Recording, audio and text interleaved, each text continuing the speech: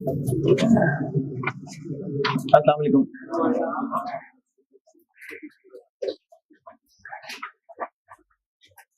दुरूद शरीफ पढ़ लो।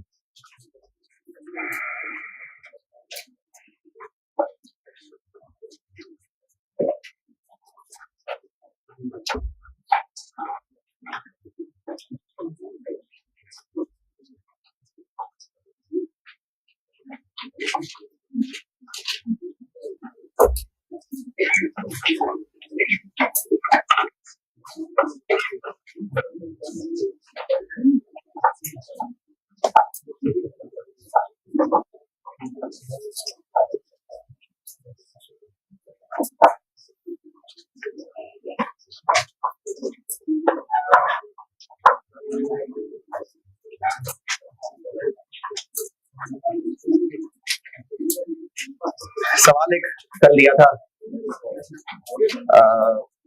Cost of inventory निकालनी थी। वैसे तो जैसा क्लास में किया था वैसे ही बना के मैंने दिया था, फिर भी किसी ने किया है और कुछ पूछना है तो पूछिए। जी जी, क्या क्या क्या क्या? हाँ हाँ, नॉन करंट। हाँ हाँ, नहीं नहीं नहीं, क्लियरिंग चार्जेस तब आते हैं जब कोई भी इंपोर्ट की हुई चीज पोर्ट से लानी हो, तो उसके फिर डॉक्यूमेंट्स और कौन कौन सी फीसें भरनी पड़ती हैं, तो फिर क्लियरिंग एजेंट उसके लिए हायर होता है। वो कहता है जी मैं आपको चीजें छुड़ा के ला दूंगा। तो वो गुड्स की इंपोर्ट में भी हो सकता है, जरूरी नहीं कि सिर्फ प्लांट में होगा। तो क्लियरिंग चार्जेस इंपोर्ट का खर्चा है जी।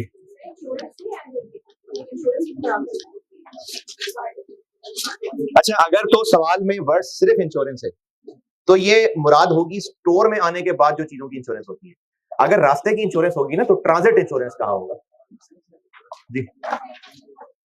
वर्ड इंश्योरेंस सिर्फ स्टोर की चीजें हैं कि अगर स्टोर में आग लग जाए, खराबी हो जाए, वरना रास्ते की इंश्योरेंस ट्रांजिट इंश्योरेंस होती है जी। हाँ, ओपनिंग इन्वेंटरी की बेस पे है। ओपनिंग इन्वेंटरी, ओपनिंग कैसे? ओपनिंग किधर है? ओपनिंग कैसे?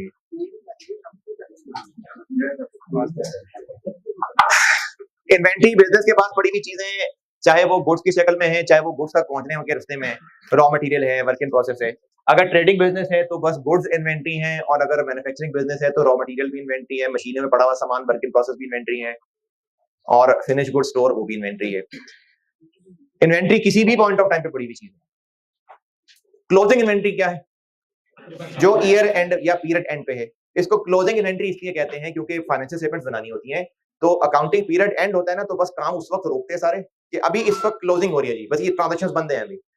जैसे कभी ये चीज आपके इल्म में आई हो कि बैंक बंद होता है जी, क्लोजिंग है 31 दिसंबर को बंद है या 1 जनवरी को बंद है, तो वो ना ट्रांजेक्शंस रोक देते हैं ताकि क्लोजिंग बैलेंसेस कैलकुलेट करें, कैश का, स्टॉक का। पीरियड क्लोज कर रहे होते हैं, अकाउंटिंग पीरियड। उस वक्त जो चीजें पड़ी होती हैं वो क्लोजिंग इन्वेंटरी है, और अगले ही दिन सुबह, अगर रातों रात चोरी नहीं होगी तो अगले ही दिन सुबह वो क्या है? अगले पीरियड की ओपनिंग इन्वेंटरी। तो क्लोजिंग इन्वेंटरी साल के आखिर में पड़ी हुई इन्वेंटरी है। क्लोजिंग इन्वेंटरी बैलेंस शीट में, इनकम स्टेटमेंट में जिस वैल्यू पे आएगी वो वैल्यू ऑफ इन्वेंटरी है। वो क्या होगी? लोअर ऑफ कॉस्ट और एनआरवी। फिर मैंने कॉस्ट पढ़ानी शुरू की थी, और कॉस्ट पे मैंने पहले ये एक्सप्लेन किया था कि मैं आपको कॉस्ट ऑफ इन्वेंटरी पढ़ा रहा हूं, यानी जस्ट इन्वेंटरी की कॉस्ट। अब मैं उसको मजीद स्पेसिफाई करके कह रहा हूं कॉस्ट ऑफ क्लोजिंग इन्वेंटरी।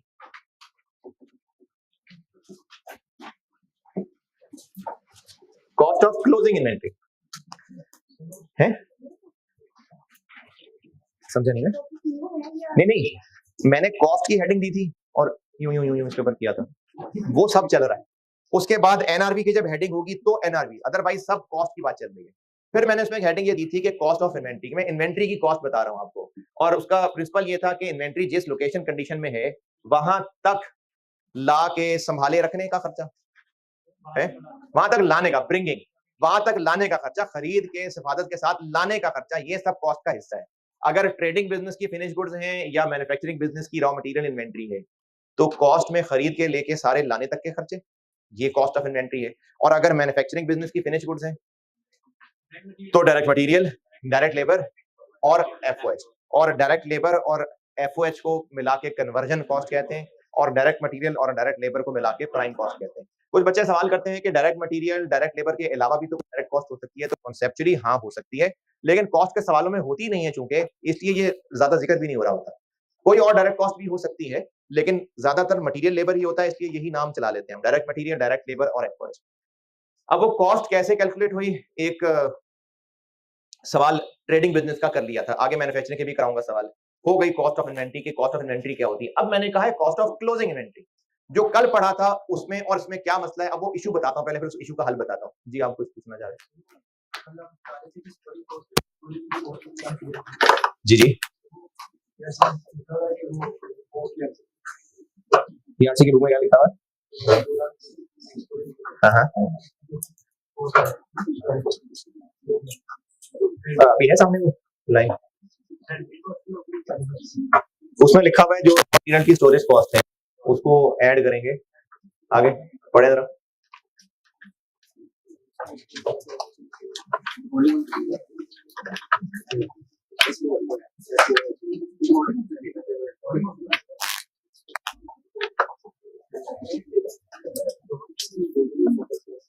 अच्छा मैं बता देता हूँ, उसमें लिखा हुआ है ऐड होगी in the cost of inventory, cost of raw material inventory लिखा हुआ, वो फिनिश गुड्स की बात हो रही है। मैं जब आपको फिनिश गुड्स के मैन्युफैक्चरिंग के सवाल कराऊंगा ना, उसमें लाऊंगा मैं रॉ मटेरियल का स्टॉक, लेकिन वो किस में ऐड करना है, वो फिनिश गुड्स इन्वेंट्री की कॉस्ट में ऐड करना है, रॉ मटेरियल की इन्वेंट्री में नहीं ऐड करना है। नहीं आप सेंटेंस का शुरू पढ़ रहे हैं ना, एंड नहीं ना पढ़े। शुरू में लिखा हुआ है कि रॉ मटेरियल की स्टोरेज, आगे ऐड किस में होनी है, cost of inventory, cost of raw material inventory नहीं, कॉस्ट ऑफ इन्वेंट्री। तो मैं कह रहा हूं कि वो फिनिश गुड्स इन्वेंट्री की बात कर रहा है किताब वाला, कि फिनिश गुड्स इन्वेंट्री की कॉस्ट निकालते हुए रॉ मटेरियल की स्टोरेज कॉस्ट ऐड करनी है। वो बताऊंगा जब मैं आपको एफओएच और ये सब सवाल कराऊंगा, तो तब जब मैन्युफैक्चरिंग का सवाल कराऊंगा ना, तब इसका मैं स्पेसिफिकली जिक्र कर दूंगा, क्योंकि जो सवाल मैंने कराना है उसमें है रॉ मटेरियल का स्टोर, तब करेंगे इसके बाद। तो रॉ मटेरियल इन्वेंट्री की कॉस्ट में नहीं है स्टोरेज ऐड, यानी जो कल बताया था वो सही है, रॉ मटेरियल इन्वेंट्री की कॉस्ट में नहीं है स्टोरेज कॉस्ट ऐड। जिस पॉइंट का आप जिक्र कर रहे हैं वो मैं मैन्युफैक्चरिंग बिजनेस के सवाल को करवाते हुए जरूर आपको क्लियर कर दूंगा। ये मैंने अलग से हेडिंग क्यों दी, इसका पहले इश्यू समझ लीजिए। कल जो सवाल बोर्ड पे किया था वो बिजनेस का पहला साल था, और उस साल में एक ही वक्त में सारे के सारे 25,000 यूनिट्स इंपोर्ट किए थे। एक कितना क्या कॉस्ट किया था, 101 नहीं, जो बोर्ड पे किया था। और ये जो और रिकॉर्डिंग वाले बच्चे हैं, मैंने ना लेक्चर 6 तक गार्डन कैंपस में रिकॉर्डिंग होती थी, अब से ऑन पर गुलबर्ग में होगी, तो उस सेक्शन में जो मैंने सवाल लिखवाई थी फिगर्स, उसका आंसर मेरा ख्याल है कोई 58 आ रहा था, रिकॉर्डिंग वालों से कह रहा हूं 58 आ रहा था, तो यहाँ वालों को मैंने 101 वाला सवाल कराया था, तो आपके लिए 58। तो जो आंसर निकला था 58 या 101, ये उन 25,000 यूनिट्स की पर यूनिट कॉस्ट थी, और साल में वो बस एक ही दफा खरीदे थे। अगर साल में उसके बाद दोबारा खरीदे होते, तो वो जो दोबारा खरीदे होते उनकी भी कॉस्ट 101 रुपया ही बनी होती, या 58। डॉलर का रेट चेंज हो रहा है, क्लियरिंग चार्जेस डिफरेंट हो सकते थे, ट्रांसपोर्टेशन डिफरेंट हो सकती थी, तो वो 101 से डिफरेंट होती। फिर 2 महीने बाद फिर इंपोर्ट किए होते, वो भी 101 के ही होते। तो अगर साल में 2 3 4 दफा चीजें खरीदी होती, तो हर बार खरीदते हुए थोड़ी 101 रुपए पर यूनिट कॉस्ट आनी थी। अब साल के एंड में जो चीजें बची हुई रह गई हैं, देखने में सब एक जैसी हैं, तो ये कौन सी वाली बची हुई हैं, जो पहले खरीदी थी तब 101 का पर यूनिट रेट था, या जो बाद में खरीदी थी जिसका 105 रुपए रेट था, या जो उसके बाद खरीदी थी जिसका 115 रुपए रेट था। ये 115 5 कुछ नहीं, मैं भी बोल रहा हूं, मतलब बता रहा हूं आपको। तो जब एक से ज्यादा दफा चीजें खरीदी हुई साल में और हर दफा डिफरेंट रेट पड़ा हुआ, तो मसला ये आएगा कि जो क्लोजिंग स्टॉक में चीजें रह गई हैं वो कौन सी वाली है। अच्छा ये मसला आएगा ही क्यों, जब एक जैसी चीजें हैं, यानी दिखने में एक जैसी चीजें हैं, लेकिन अगर एक बिजनेस वो करता ही यूज्ड गाड़ियों का काम है, यूज्ड गाड़ी खरीदता है बेचता है, तो उस बिजनेस को तो पता ही होगा हर गाड़ी कितने की है। नहीं नहीं, अगर यूज्ड गाड़ी है तो सब एक जैसी होंगी, तो हर एक अलग अलग होगी, उसको पता होगा ये गाड़ी कितने की खरीदी, उसने रिकॉर्ड रखा होगा अपने पास, तो वो आराम से जान लेगा कि क्लोजिंग स्टॉक में पड़ी हुई गाड़ियां कौन कौन सी कॉस्ट वाली है। तो ये टॉपिक हमारा टेस्ट नहीं होता, हमारे लिए टेस्टिंग की चीज क्या है, सिमिलर चीजें। तो इशू क्या आएगा, अगर एक से ज्यादा दफा चीजें खरीदी गई तो हर दफा कॉस्ट पर यूनिट डिफरेंट होनी है, तो जो क्लोजिंग स्टॉक में चीजें पड़ी रह गई वो तो सब एक जैसी लग रही है देखने में, वो कौन से दिन खरीदी हुई चीजों में से, तो ये नहीं पता चल पाएगा कि पर यूनिट कॉस्ट का रेट कौन सा लगाना है, ये इशू है। इसलिए मैंने इसको एक अलग हेडिंग बनाया कि कॉस्ट ऑफ क्लोजिंग इन्वेंट्री। ये 2-4 लाइनें लिखी देता जो मैंने कहा है।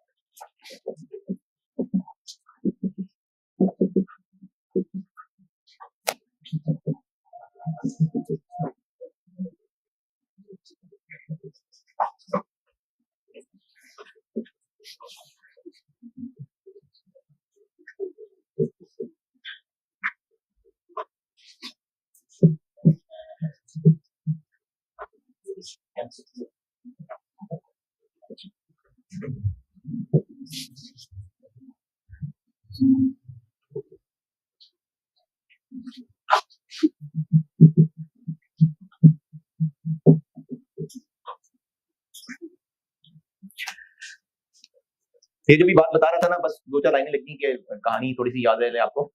मैंने लिखा in case of similar item, cost of closing inventory is difficult to identify if different purchases या productions were made at different per unit cost throughout the year.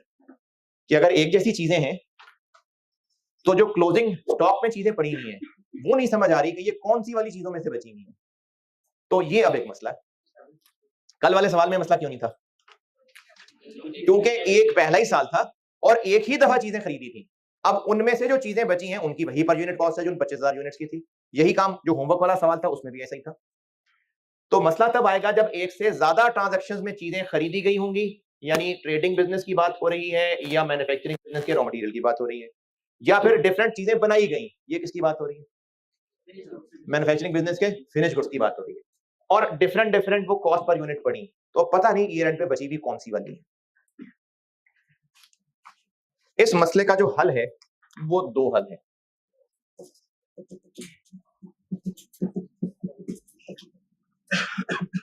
एक हल कहलाता है फाइफो मेथड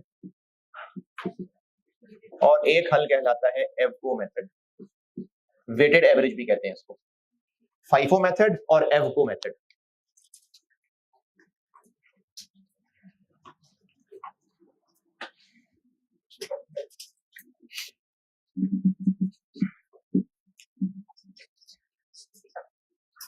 पीआरसी जिन्होंने पढ़ा है, intro to accounting में ही पढ़ा और इसके सवाल भी किए होंगे थोड़े से, बहुत सारे, थोड़े से बहुत ज्यादा सारे किए होंगे हैं। एवको वेटेड एवरेज भी कहते हैं।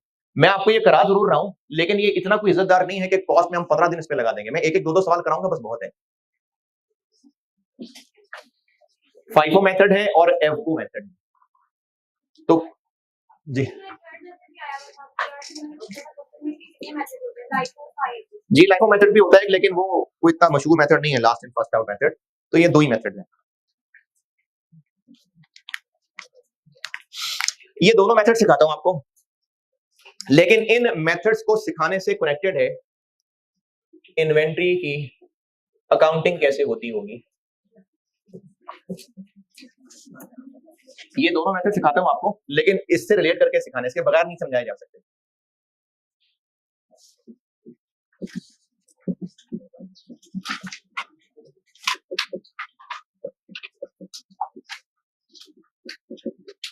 इन्वेंट्री की अकाउंटिंग करने के दो सिस्टम चलते हैं। अच्छा, ये फाइफो और वेटेड एवरेज, एफको, फाइफो, एफओ, ये किस चीज के मेथड है? कॉस्ट कैलकुलेट करने के। ये इन्वेंट्री का रिकॉर्ड रखने के सिस्टम हैं। ये दोनों मेथड्स ही आपको सिखाने लगा हूं, लेकिन इन दोनों से रिलेट करके समझा सकता हूं। तो पहले मैंने आपको ये डिस्कशन शुरू की। इसकी मिसाल आप समझ लें, इसकी आपके रिलेटेड लाइफ की मिसाल बेस्ट बन सकती है कि अगर किसी मेडिकल स्टोर पे जाएं और छोटा मोटा गली मोहल्ले वाला मेडिकल स्टोर है, तो उसमें अगर कोई मेडिसिन मांगेंगे तो वो उठेगा, शेल्फ में ढूंढेगा, मिल गई तो ले देगा, नहीं तो कह देगा खत्म हो गई है। एक ये मिसाल है। और एक और मिसाल है जो जरा बेहतर मेडिकल स्टोर है, जो चीज से मांगेंगे वो उठे बगैर पहले अपने कंप्यूटर में चेक करेगा और उसी वक्त ही बता देगा कि चीजें हैं कि नहीं। उसी वक्त बिल निकाल के देके और जाके मेडिसिन ले आएगा। तो कंप्यूटर में देख के कैसे, कैमरा लगाया, कैसे पता लग गया? उसने ना अपने पास रिकॉर्ड रखा हुआ है, और रिकॉर्ड ऐसा रखा हुआ है कि वो अपने पास उन इन्वेंट्री की चीजों की आनिया जानिया साथ साथ रिकॉर्ड कर रहा है, और उसको उस रिकॉर्ड देख के ही पता है कि इस वक्त कितनी चीजें बची हुई होनी चाहिए थी, क्योंकि वो सारी चीजें साथ साथ रिकॉर्ड करता जा रहा है। इसकी एक और मिसाल बताता हूं। आपकी जेब में कितने पैसे हैं? कैसे पता चलेगा? गिनने पड़ेंगे ना। एक ये तरीका है। कुछ लोगों को मैं जानता हूं जिन्होंने कुछ मोबाइल के ऊपर एप्स ऐसी रखी हुई हैं कि अपने हर हर खर्चे को वो साथ साथ नोट कर रहे होते हैं, और अगर उनको ये जानना है कि मेरे पास कितने पैसे हैं तो वो अपने पास रिकॉर्ड देख के भी जान सकते हैं, गिनने की जरूरत नहीं है। साथ साथ अपडेटेड रखा हुआ है कि कितने पैसे हैं। तो पीरियोडिक सिस्टम और परपेचुअल सिस्टम, ये स्पेलिंग लिखी है PERPETUAL, परपेचुअल, और वो पीरियोडिक। इन्वेंट्री के रिकॉर्ड्स रखने का अगर बिजनेस परपेचुअल सिस्टम फॉलो करता है, तो ये मैंने मेडिकल स्टोर दूसरे वाले की जो मिसाल दी है कि उसके पास सारे रिकॉर्ड्स हैं, उसको पता है कि कितनी इन्वेंट्री पड़ी होनी चाहिए। क्यों पता है? क्योंकि वो साथ साथ सारी ट्रांजेक्शन रिकॉर्ड कर रहा था।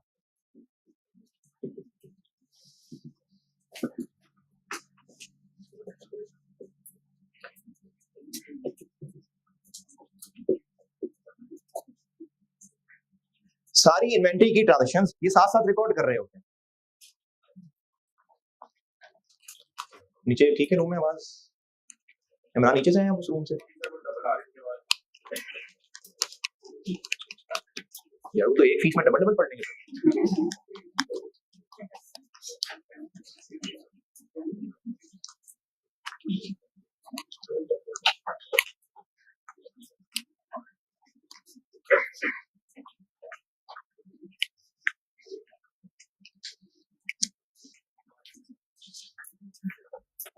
तो परपेचुअल सिस्टम अगर बिजनेस फॉलो करता होगा तो वो बिजनेस इन्वेंट्री की सारी ट्रांजेक्शन, सारी आनियां जानियां इनकी इन्वेंट्री ट्रांजेक्शंस, मतलब इनके इन्स और आउट्स, ये सब साथ साथ रिकॉर्ड कर रहा है।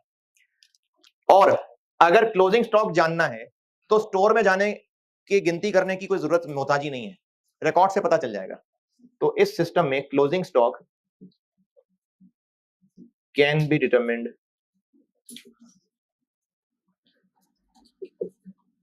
फ्रॉम रिकॉर्ड्स, रिकॉर्ड से पता चल जाएगा। क्लोजिंग स्टॉक रिकॉर्ड से ही डिटरमिन हो जाएगा। लेकिन पीरियोडिक सिस्टम जो है ये सुस्ती वाला सिस्टम है और इसमें इन्वेंट्री ट्रांजैक्शंस नहीं हो रही होती रिकॉर्ड।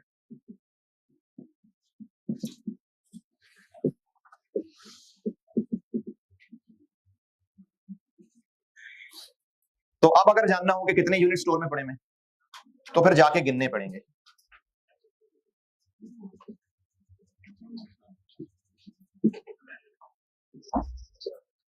क्या हो गया भाई? नहीं बता दो।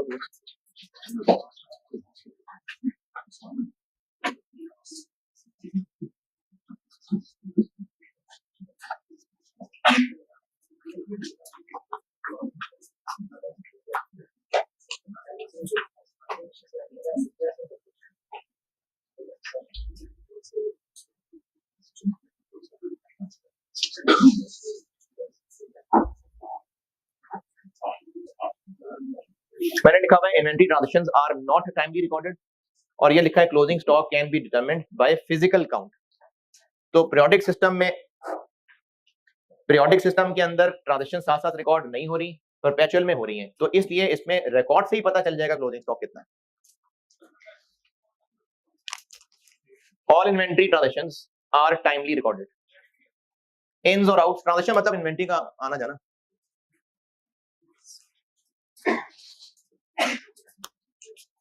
अच्छा, अब मैंने आपको ये FIFO और वेटेड एवरेज, ये FO वेटेड एवरेज एक ही बात है, ये मेथड्स समझाने लगा हूं सवाल के जरिए, इन दोनों सिस्टम्स से रिलेट करके। सिंपल सा डाटा लिख रहा हूं पहले, अभी रिटर्न्स वगैरह के बगैर पहले मेथड समझा दूं, कल फिर इसमें रिटर्न्स वगैरह भी डाल दूंगा। ये जरा स्लो मोशन में कवर करें ना सारे बातें। ये एक ही स्क्रीन में आ रहा है सारा नंबर? चलिए ये तो लिख ही लिया होगा, उस पर रख लेना।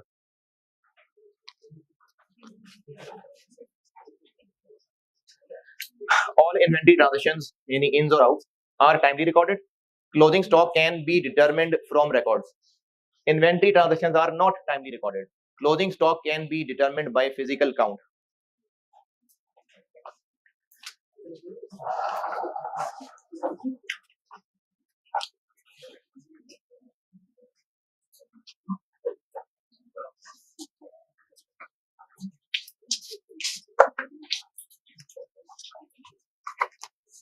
एक क्वेश्चन है, ये दोनों कॉस्टिंग मेथड समझाने लगा हूं, ईच ऑफ द सिस्टम।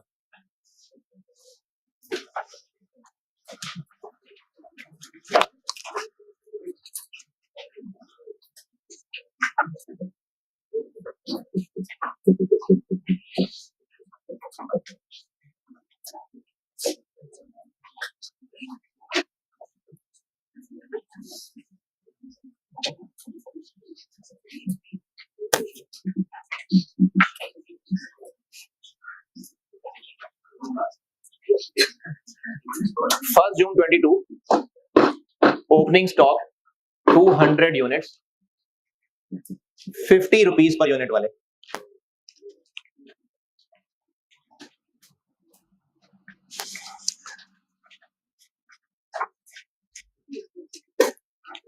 फिर उसके बाद 4 तारीख को और यूनिट्स खरीदे, परचेज 600 यूनिट्स और खरीदे, और अब की बार ये मिले 55 पर यूनिट के।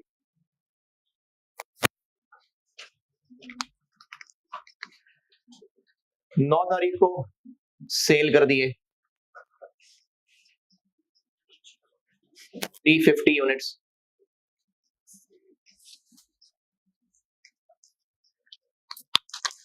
फिर 13 तारीख को और खरीदे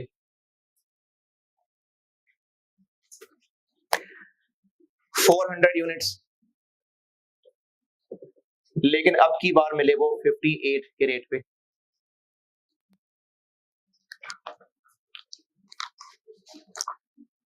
फिर 18 तारीख को सेल कर दिए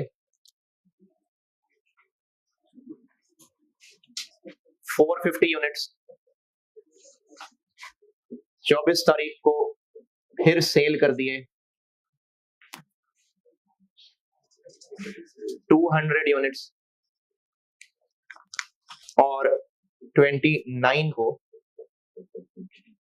परचेज कर लिए 180 यूनिट्स, लेकिन अब की बार मेरे को 62 के।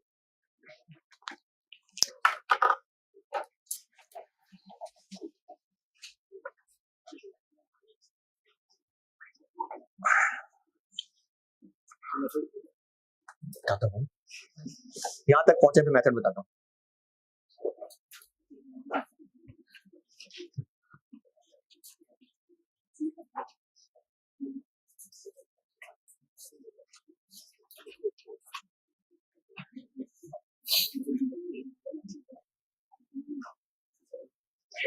जी बेटे बताएं, कुछ नहीं पढ़ा जा रहा था उस पर।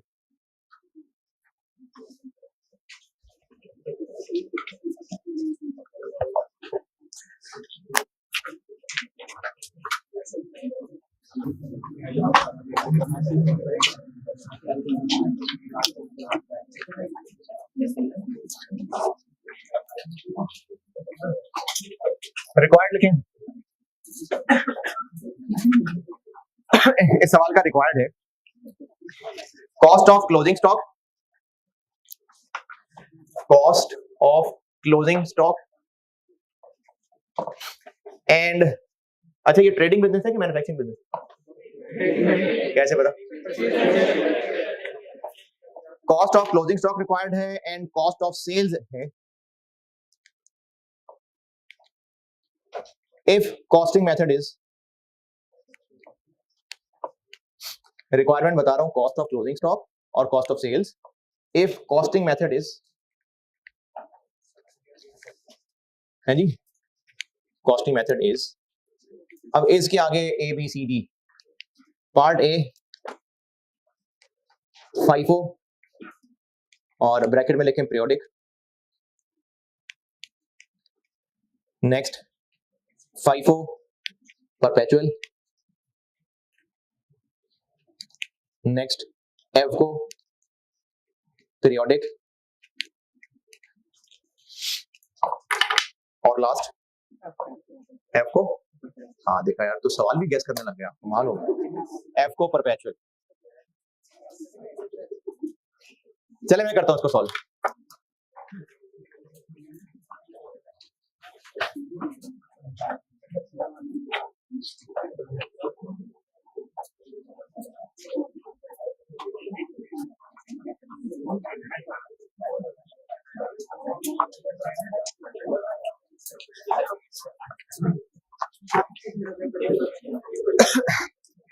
पहले कर रहा हूं फाइफो पीरियोडिक।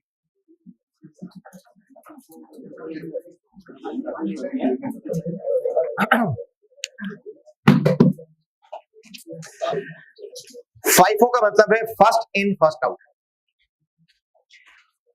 अच्छा, FIFO से पहले असल में ये जो 350 यूनिट्स बिके हैं वो इनमें से होंगे कि इनमें से होंगे?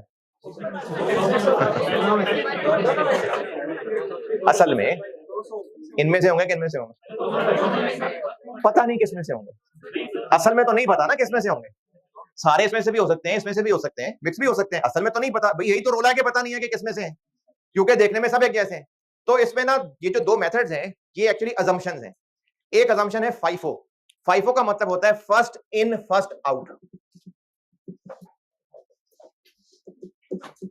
फर्स्ट इन फर्स्ट आउट, और ये अंग्रेजी में ही मतलब पता चल रहा है कि इस मेथड की अजम्पशन के मुताबिक जो पहले आए थे उन्हीं को पहले बेचा होगा। अच्छा, इसकी दूसरी साइड, तो फिर रह कौन से गए होंगे?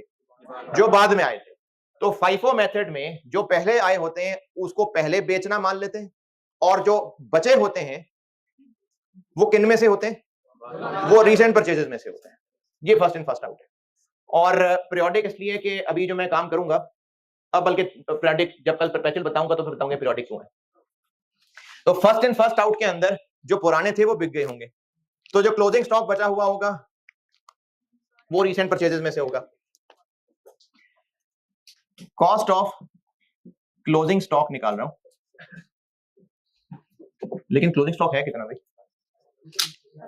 है? अब आप जाके गिन तो सकते नहीं, इसी से देखना है कुछ करना है तो। कैसे?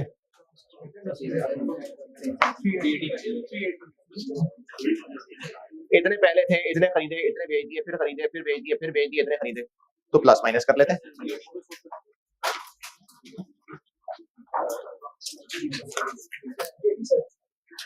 क्लोजिंग के यूनिट्स ऐसे निकल रहे हैं कि पहले 200 थे, फिर खरीदे कितने कितने? 601, 401 और 181 ये खरीदे हैं, और बेच दिए 350 एक बेचे, 450 और 200, तो कितने बच गए? 380। अच्छा, ये ना कोई बड़ा मुश्किल फार्मूला नहीं लगाया, सिंपल लॉजिक यूज किया है कि इतने पहले थे, इतने और आए तो प्लस, और जितने सेल हो गए वो माइनस, तो बाकी बच गए होंगे। अब ना यहाँ चार चीजें मैंने यहां लिख दी आपके सामने। एक क्लोजिंग के यूनिट्स, ये क्या है? ये ओपनिंग के यूनिट्स हैं। ये क्या है? ये परचेज है, और ये क्या है? ये सेल है।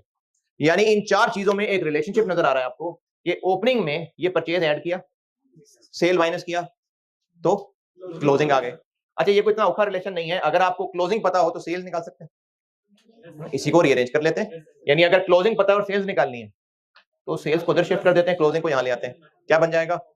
Opening plus purchase minus closing के पहले इतने थे, इतने और आए प्लस, माइनस इतने बचे रह गए, तो बाकी बिक गए होंगे। तो इन चारों का ये रिलेशनशिप है, और ये आसान चीज है, बहुत मुश्किल काम नहीं है। क्लोजिंग निकालने के लिए ओपनिंग में परचेज प्लस और सेल माइनस, या इसी तरह अगर इसको उल्टा कर लें, सेल निकालने हो यूनिट्स तो ओपनिंग में परचेज प्लस और क्लोजिंग माइनस है। ठीक है, सेल निकालने हो तो ओपनिंग में प्लस परचेज माइनस क्लोजिंग, तो ये आपस में रिलेशनशिप, एक मिसिंग फिगर निकालनी हो तो निकाल सकते हैं। अच्छा, क्लोजिंग स्टॉक है 380 यूनिट्स। रिक्वायर्ड क्या था? Cost of closing stock. In 380 units की कॉस्ट क्या है? तो FIFO मेथड का मतलब है कि जो पुराने थे वो तो बिक गए होंगे, तो ये 380 यूनिट्स किन में से बचे हुए होंगे? 180 तो ये होंगे, 200 इसमें से होंगे, 180 इसमें और 200 इसमें से। और अगर इस वक्त स्टॉक में 500 यूनिट्स बचे होते, नहीं 600 यूनिट्स बचे होते, तो 180 ये होते, 400 ये होते, और 20 इसमें से। तो आखिरी परचेज से गिनना शुरू कर दें, उन्हीं में से बचे हुए होंगे। तो ये क्लोजिंग स्टॉक की कॉस्ट, इधर नीचे लिखूंगा तो नजर नहीं आएगा, इसी को मैं यहां लिख रहा हूं, इसी कॉस्ट ऑफ क्लोजिंग स्टॉक की निकाल रहा हूं। ये मैंने पहले यूनिट्स निकाले, अब इनकी कॉस्ट निकाल रहा हूं। तो 180 यूनिट्स तो वो आखिरी वाले, और ऊपर वालों में से 200, यानी 58 वाले में से 200 और 62 वाले पूरे 180। 11,600 11 22। तो ये जो क्लोजिंग स्टॉक में 380 यूनिट्स पड़े हुए हैं उनकी कॉस्ट इतनी है कि उनमें से 180 जो आखिर में खरीदे थे वो तो बचे हुए हैं, उनसे पहले वालों में से भी 200 बचे। ये FIFO मेथड में क्लोजिंग स्टॉक की कॉस्ट निकालने का तरीका कि जो पुराने थे वो तो बिक गए होंगे, तो जो बचे हुए हैं वो रिसेंट परचेजेस में से होंगे।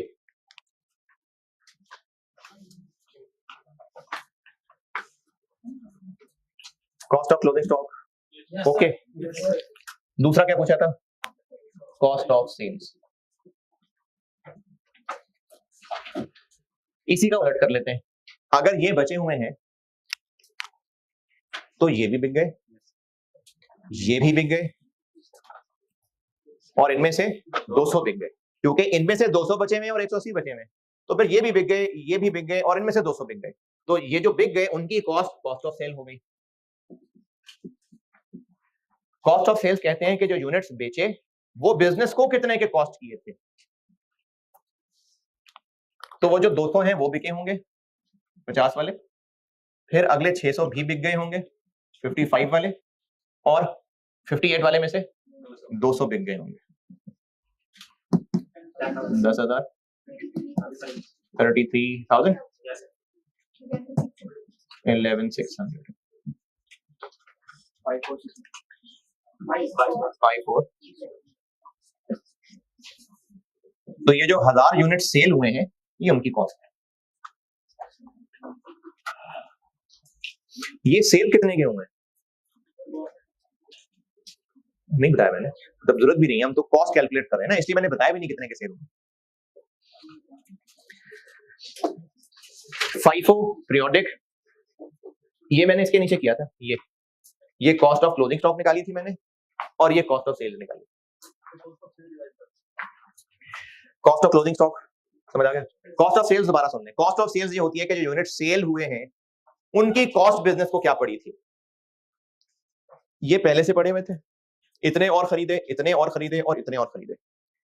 ये बिक गए हैं या अभी तक पड़े हुए हैं? ये वाले ये पड़े हुए हैं ना, और इनमें से तो बाकी 200 बिक गए, तो 200 इनमें से बिक गए, 600 ये बिक गए, 200 ये बिक गए। तो ये मैंने 3 वहां लिख लिए। जो शुरू में 200 पड़े हुए ओपनिंग स्टॉक क्या होगा? जो पिछली शाम क्लोजिंग था ना वही अगली सुबह ओपनिंग है। तो जो ओपनिंग पड़े हुए थे वो भी बिक गए होंगे, जो 600 खरीदे थे ये भी सारे के सारे बिक गए, और जो 400 खरीदे थे उनमें से 200 बिक गए, 200 पड़े हुए।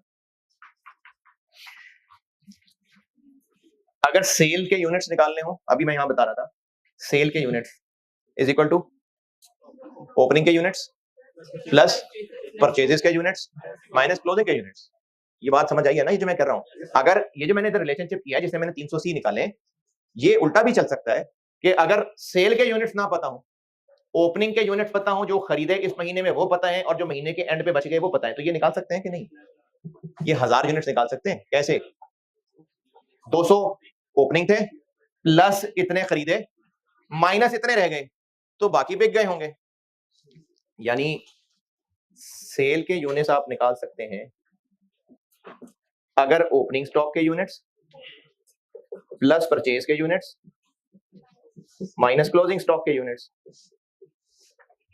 तो पता चल जाएगा ना कितने यूनिट्स बिके हैं कि नहीं। Opening units plus purchase units minus closing units is equal to कितने यूनिट्स सेल हुए।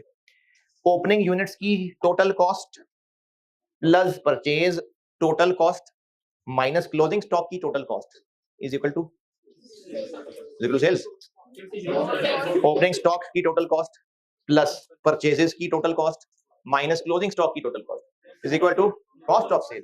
तो ये जो मैंने ये कॉस्ट ऑफ सेल निकाली है, ये आपको एक और तरीके से निकाल देता हूं।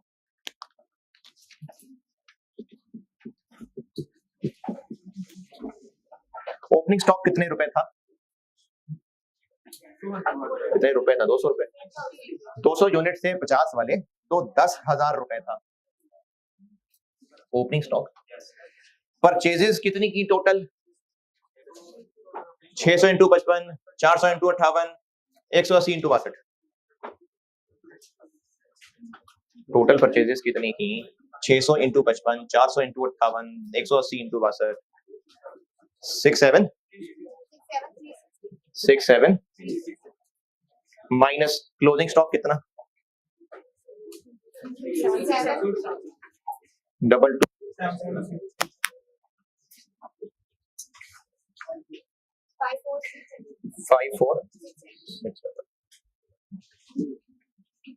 तो कॉस्ट ऑफ सेल्स होती है कि जो यूनिट सेल हुए उनकी कॉस्ट क्या थी। तो फाइफो में पुराने बिक गए, ये पुराने लिख लिए मैंने, इनकी कॉस्ट कॉस्ट ऑफ सेल्स, और चाहे तो ऐसे भी निकाल सकते हैं।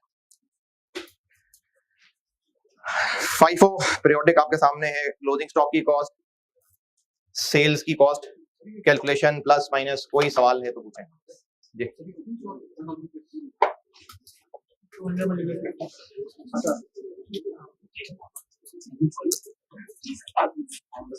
जी बोलिए, पूछिए, कुछ पूछना है तो।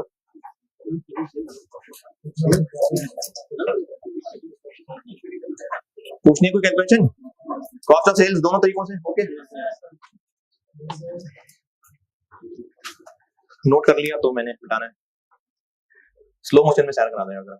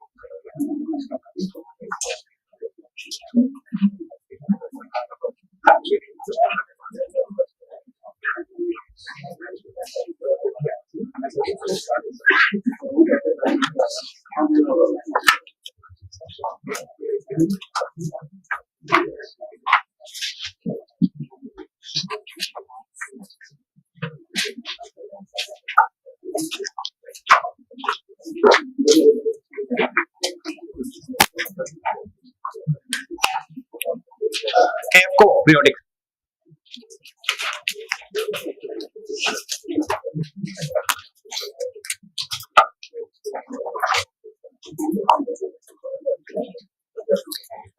इस क्लास के स्टूडेंट्स की एवरेज एज कैसे कैलकुलेट करें?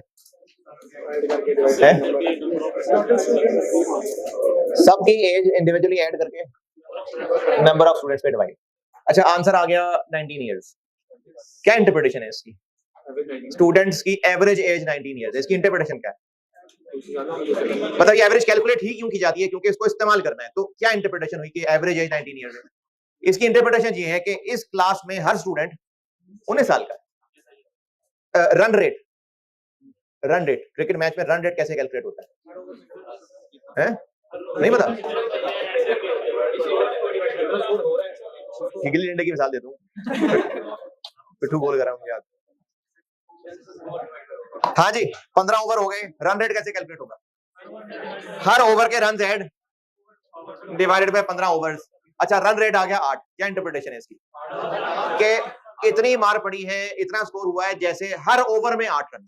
अच्छा, क्या जरूरी है कि किसी एक ओवर में भी 8 पड़े हो? नहीं, लेकिन इसका इस्तेमाल ये है कि आसानी से कैलकुलेट हो जाएगा। क्या? जैसे अगर आपको 50 ओवर्स का रन स्कोर टोटल करना हो, तो लेंथी तरीका तो ये है कि हर ओवर में बड़ा स्कोर ऐड कर लें, या फिर अगर आपको कहा जाए कि ये रन रेट 6 है तो 50 इंटू 6। तो एवरेज का इस्तेमाल होता है क्विक कैलकुलेशंस के लिए। पीरियोडिक एवरेज में एक पीरियड को, जो कि महीना भी हो सकता है, साल भी हो सकता है, एक डब्बा मान लेते हैं, यानी जून को एक डब्बा मान लेते हैं। इस बॉक्स इस बॉक्स में जितने इन्स हैं, इन्स, एक तो पिछले महीने से यहां क्या ट्रांसफर हुआ, जो पिछले महीने का क्लोजिंग था, तो एक तो जून में आया है ओपनिंग स्टॉक 200 यूनिट्स 50 वाले। इसके अलावा मजीद इन क्या हुए, परचेजेस, वो थे, एक थे 600 55 वाले, 400 थे 58 वाले, और 180 थे 62 वाले। एक पीरियड, एक बॉक्स, इसमें जितने इन्स हैं, यानी पिछले मंथ से जो आया ओपनिंग और मजीद जो खरीदे। अच्छा, अगर 600 में से कोई 40 रिटर्न कर दिए होते तो वो तो आए और गए ना, तो फिर तो इसका मतलब 560 ही आए, यानी परचेज रिटर्न हुआ तो नेट। लेकिन परचेज रिटर्न कल कराऊंगा, अभी परचेज रिटर्न के बगैर करा रहा हूं। तो इस पीरियड में, इस पीरियड को एक बॉक्स मान के, इसमें जो इन्स हैं, इन सबके डिफरेंट डिफरेंट रेट्स हैं ना, तो ऐसा करते हैं, इनका एवरेज रेट निकाल देते हैं।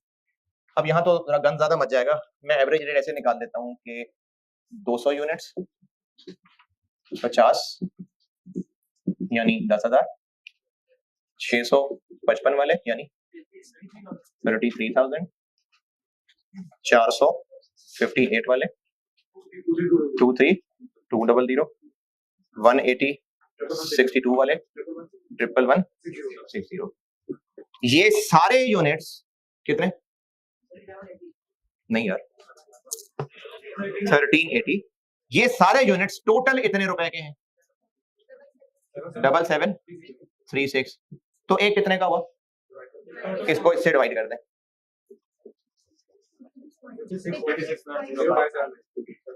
77360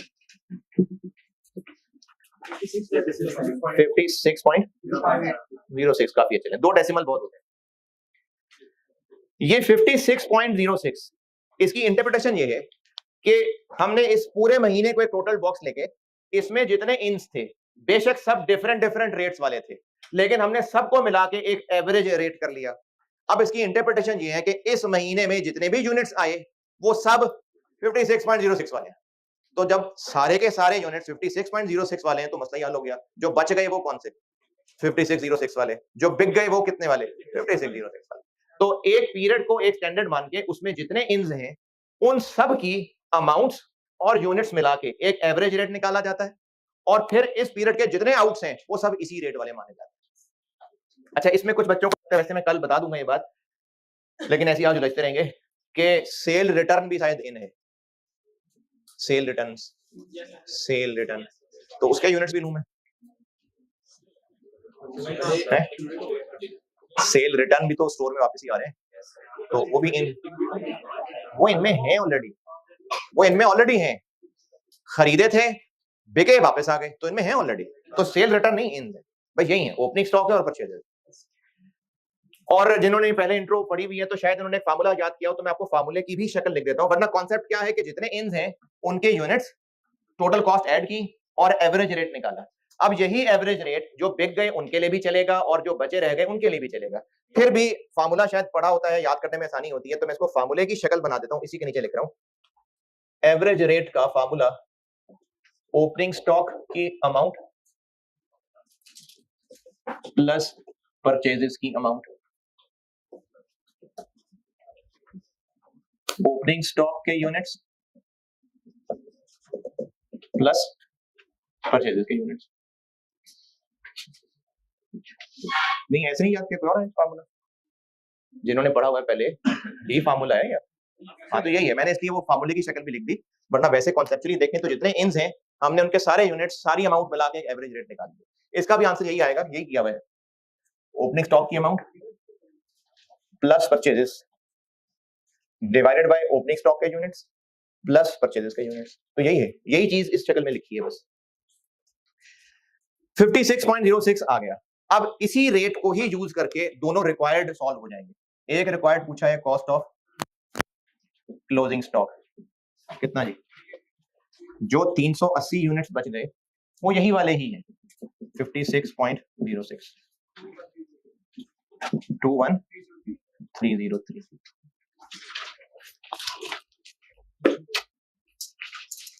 और दूसरी क्या चीज पूछी थी, कॉस्ट ऑफ सेल्स कितने बिके हैं 1000, वो कितने वाले, वो भी यही वाले।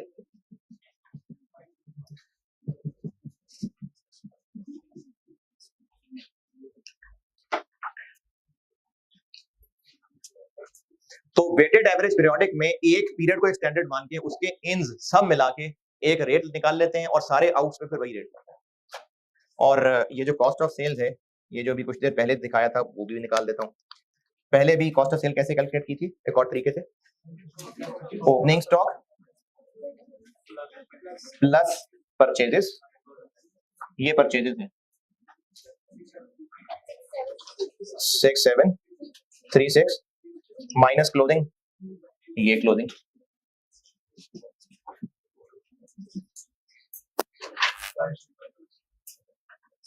जी 5605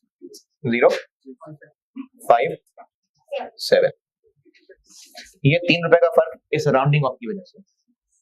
और आप मुझसे पूरे कॉस्ट में बार बार पूछते रहेंगे, मैं आपको बार बार बताता रहूंगा कि राउंडिंग ऑफ का difference exam point of view से कोई मसला नहीं होता। राउंडिंग ऑफ का difference exam point of view से कोई इशू नहीं है। बस अब ये चलती रहेगी बात पूरे सेशन, आप पूछते रहेंगे, मैं बताता रहूंगा। FIFO पीरियोडिक और ये वेटेड एवरेज पीरियोडिक, इसमें बताएं कुछ पूछना है जी,